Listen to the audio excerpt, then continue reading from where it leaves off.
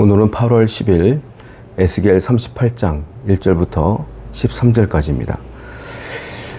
이 38장 전에 37장에서는 우리가 살펴본 것처럼 마른 뼈가 있는 골짜기로 하나님이 에스겔을 데리고 가지 않습니까? 그리고 하나님께서 에스겔을 통해 대언하여 그 뼈들을 일으키는 장면. 그 말은 무슨 말이냐면 하나님이 죽은 것 같은 그 뼈들도 살리시는 것처럼 너희들에게 회복을 이루리라 라고 하는 약속을 하신 거란 말이에요. 하나님의 회복의 약속이 있었어요. 그러면 이제 회복하는 일들이 벌어져야 되는 거 아니겠습니까?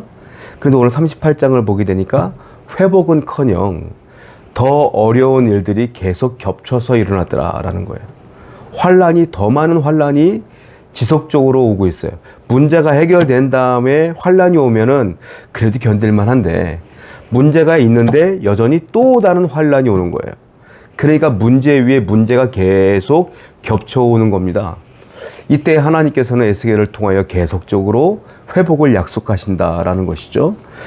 자, 말씀 볼게요. 1절부터 보겠습니다. 여호와의 말씀이 내게 임하여 이르시되 인자야 너는 마곡 땅에 있는 로스와 메섹과 두발 왕 곧 고게게로 얼굴을 향하고 그에게 예언하여 이르기를 주 여호와께서 이같이 말씀하시기를 로스와 메섹과 두발 왕 고가 내가 너를 대적하여 너를 돌이켜 갈고리로 내 아가리를 꿰고 너와 말과 기마병 곧 네 온 군대를 끌어내되 완전한 갑옷을 입고 큰 방패와 작은 방패를 가지고 칼을 잡은 큰 무리와 그들과 함께한 방패의 투구를 갖춘 바사와 구스와 붓과 고멜과 그 모든 떼와 북쪽 끝에 도갈마 족속과 그 모든 떼 곧 많은 백성의 무리를 너와 함께 끌어내리라.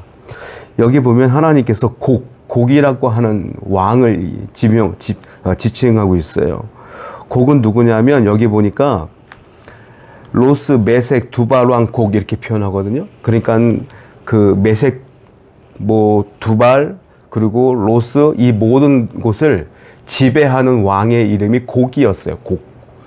그 연합국, 그 곡이 이스라엘을 또 침공하더라라는 얘기를 하고 있는 겁니다.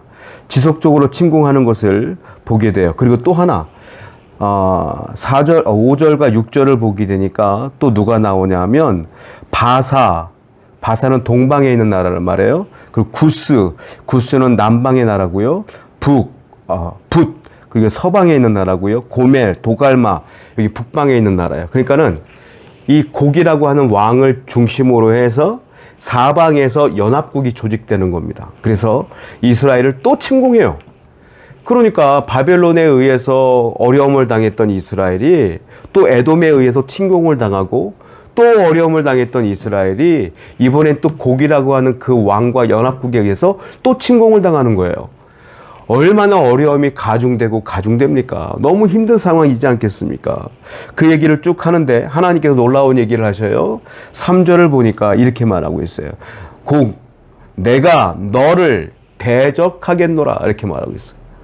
하나님의 백성 이스라엘은 어려움을 계속 당하고 있는데 하나님은 그 와중에 그 연합국의 대장이었던 곡에게 말하기를 내가 너를 대적하겠다. 그리고 4절 보니까 내가 네 아가리를 꿰겠다. 갈고리로 네 아가리를 꿰겠다. 하나님이 대신 싸워주겠다는 거예요. 하나님이 대신 싸워주고 이스라엘을 구원해주겠다. 이 얘기를 하고 계시는 거예요.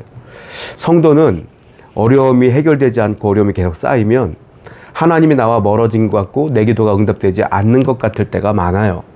그런데 하나님은 지속적으로 그 어려움 가운데 악한 자들과 대적하고 싸우고 있음을 우리는 믿어야 된다라는 겁니다.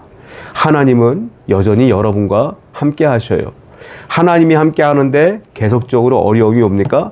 그것은 하나님께서 여러분들이 감당할 수 있는 것이기 때문에 허락하신 것이고 어쩌면 그 어려움을 통하여 여러분들에게 주실 은혜가 있기 때문에 허락하신 것뿐이다. 분명한 것은 여러분들이 감당하기 어렵거나 여러분들이 정말 쓰러지고 넘어질 수밖에 없는 상황이 오면 하나님이 그 앞에 있는 대적들을 다 몰아내어 주실 것입니다. 이 사실을 굳건히 믿으며 우리가 인내하며 이 현실 속에서 하나님만 붙들고 살아야 될 줄로 믿습니다. 7절 말씀입니다. 너는 스스로 예배하되 너와 내게 모인 무리들이 다 스스로 예비하고 너는 그들의 우두머리가 될지어다. 여러 날 후 말년에 네가 명령을 받고 그 땅 곧 오래 황폐하였던 이스라엘 산에 이르리니 그 땅 백성은 칼을 벗어나서 여러 나라에서 모여 들어오며 이방에서 나와 다 평안히 거주하는 중이라. 네가 올라오되 너와 네 모든 때와 너와 함께한 많은 백성이 광풍같이 이르고 구름같이 땅을 덮으리라. 이 얘기를 보면 좀 이해가 안 되는 것 중에 하나가 하나님께서 곡이라고 하는 그 리더에게, 그 연합국의 왕에게 말하는 거예요. 너는 그들의 리더가 되라. 그리고 너는 스스로 예배하라. 그리고 너가 이스라엘을 점령했을 때에 그 산에 올라갈 거 아니냐. 너희들의 군대는 광풍같이 이르고 구름같이 땅을 덮을 거야 라고 말하고 있어요.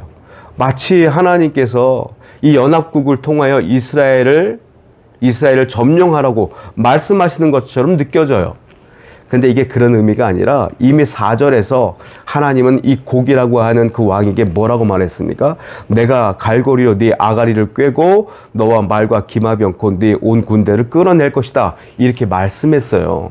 그러니까 이것은 하나님께서 전쟁을 부추기는 게 아니라 곡이라고 하는 그 왕에게 내가 너와 함께 할게 싸워 이게 아니라 이게 무슨 말이냐면 네가 하는 전쟁, 네가 연합국을 조직하여 이스라엘을 점령하는 그 전쟁조차도 내가 알고 있어 이 말이에요.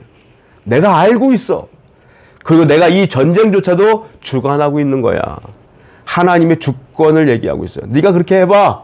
내가 네 아가리에 갈고리를 꿰 테니까 이 말씀이거든요. 그러니까 여러분 기억하셔야 돼요. 하나님은 모든 것을 주관하시는 분이에요. 하나님의 주권을 인정하셔야 돼요. 여러분들의 환난도 하나님의 주관 안에 있는 거예요.